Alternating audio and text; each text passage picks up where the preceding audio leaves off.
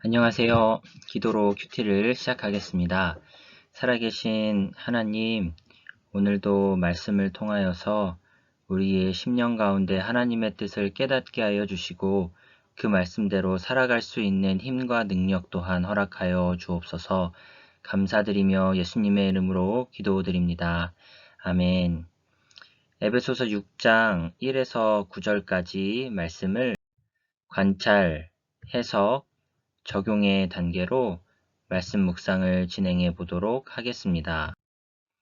본문을 읽겠습니다. 자녀들아, 주 안에서 너희 부모에게 순종하라. 이것이 옳으니라. 내 아버지와 어머니를 공경하라.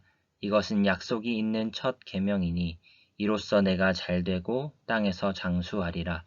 또 아비들아, 너희 자녀를 노엽게 하지 말고 오직 주의 교훈과 훈계로 양육하라.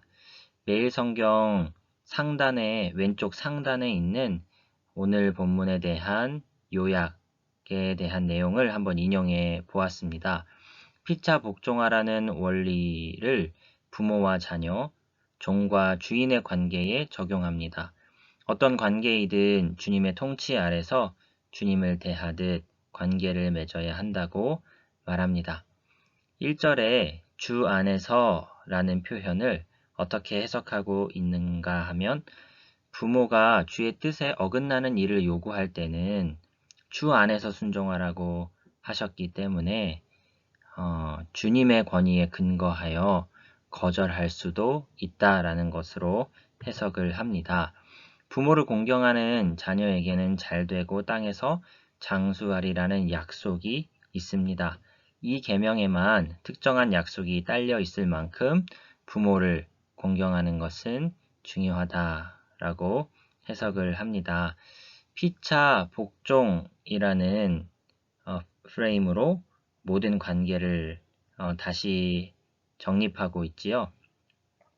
부모가 자녀를 어떻게 대해야 하는지도 분명히 말씀해주고 있습니다. 세상의 교훈과 세상의 가치관으로 훈계하고 양육하는 것이 아니라 주의 교훈과 훈계로 아랫사람을 양육할 수 있었으면 좋겠습니다. 종들아, 두려워하고 떨며 성실한 마음으로 육체의 상전에게 순종하기를 그리스도께 하듯 하라. 눈가림만 하여 사람을 기쁘게 하는 자처럼 하지 말고 그리스도의 종들처럼 마음으로 하나님의 뜻을 행하고 기쁜 마음으로 섬기기를 주께 하듯 하고 사람들에게 하듯 하지 말라. 이는 각 사람이 무슨 선을 행하든지 종이나 자유인이나 주께로부터 그대로 받을 줄을 알미라. 상전들아, 너희도 그들에게 이와 같이 하고 위협을 그치라. 이는 그들과 너희의 상전이 하늘에 계시고 그에게는 사람을 외모로 취하는 일이 없는 줄 너희가 알미라. 상응하는 구절끼리 같은 색깔로 표기를 해 보았는데요. 그리스도께 하듯 하라, 주께 하듯 하고, 또 마음으로 하나님의 뜻을 행하고, 그리고 기쁜 마음으로 섬기기를, 그리고 초록색으로는요. 주께로부터 그대로 받을 줄을 알미라. 요 표현을 그에게는 사람을 외모로 취하는 일이 없는 줄 너희가 알미라 라는 표현과 비슷한 표현으로 여겨서 같은 초록색을 연두색을 색칠해 보았습니다.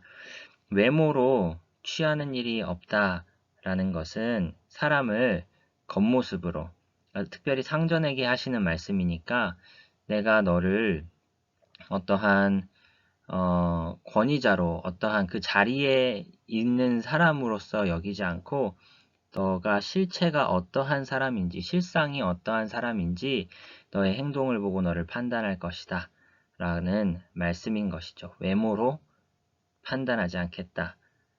실상 어떻게 행하는지로 판단을 하겠다라는 말씀이라고 해석을 했기 때문에 주께로부터 그대로 받을 줄을 알미라와 같은 행위를 강조하는 같은 표현인 것으로 해석을 해 보았습니다. 노예제도가 존재하던 맥락 안에서 바울은 피차 복종의 원리를 역시 종과 상전 사이에도 적용합니다. 상전도 종을 대할 때 그리스도께 하듯 인격적으로 대하고 자신의 지위나 권력을 남용하지 말아라. 바울이 노예제도를 긍정하고 있다라기보다는요, 상전이 노예를 굉장히 존중해야 한다라는 말을 하고 있는 것으로 보아 바울은 내심 이 노예제도에 대해서 반대하는 입장이었겠지요.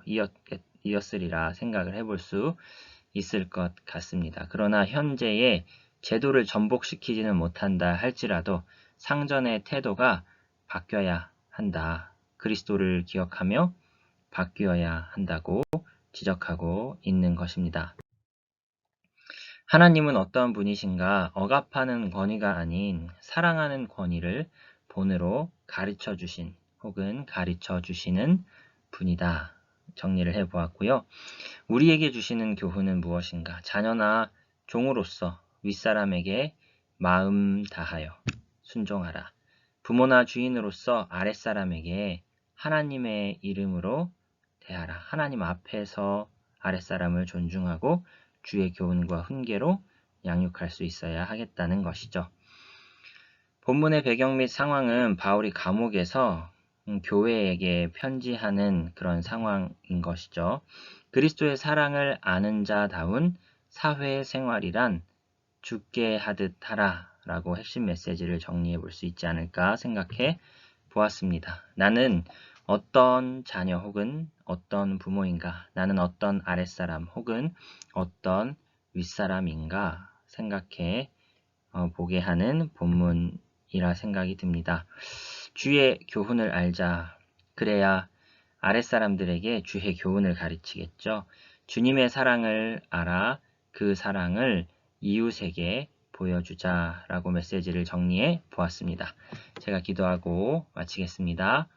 살아계신 하나님, 아랫사람으로서 윗사람을 죽게 하듯 마음으로 공경하고 존중하고 누가 볼 때나 안 볼 때나 성실하게 일을 처리해 나갈 수 있는 그러한 심령 우리에게 허락하여 주옵소서.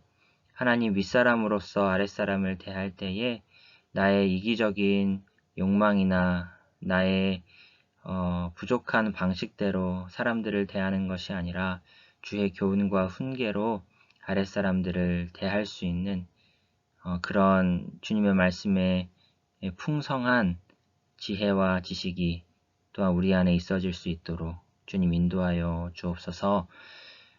피차 복종의 원리로서 모든 사람의 관계 속에 그리스도의 향기와 사랑을 드러내는 우리들 될 수 있도록 주님 붙잡아 주옵소서. 감사드리며 예수님의 이름으로 기도드립니다. 아멘. 오늘도 수고하셨습니다. 오늘도 화이팅입니다.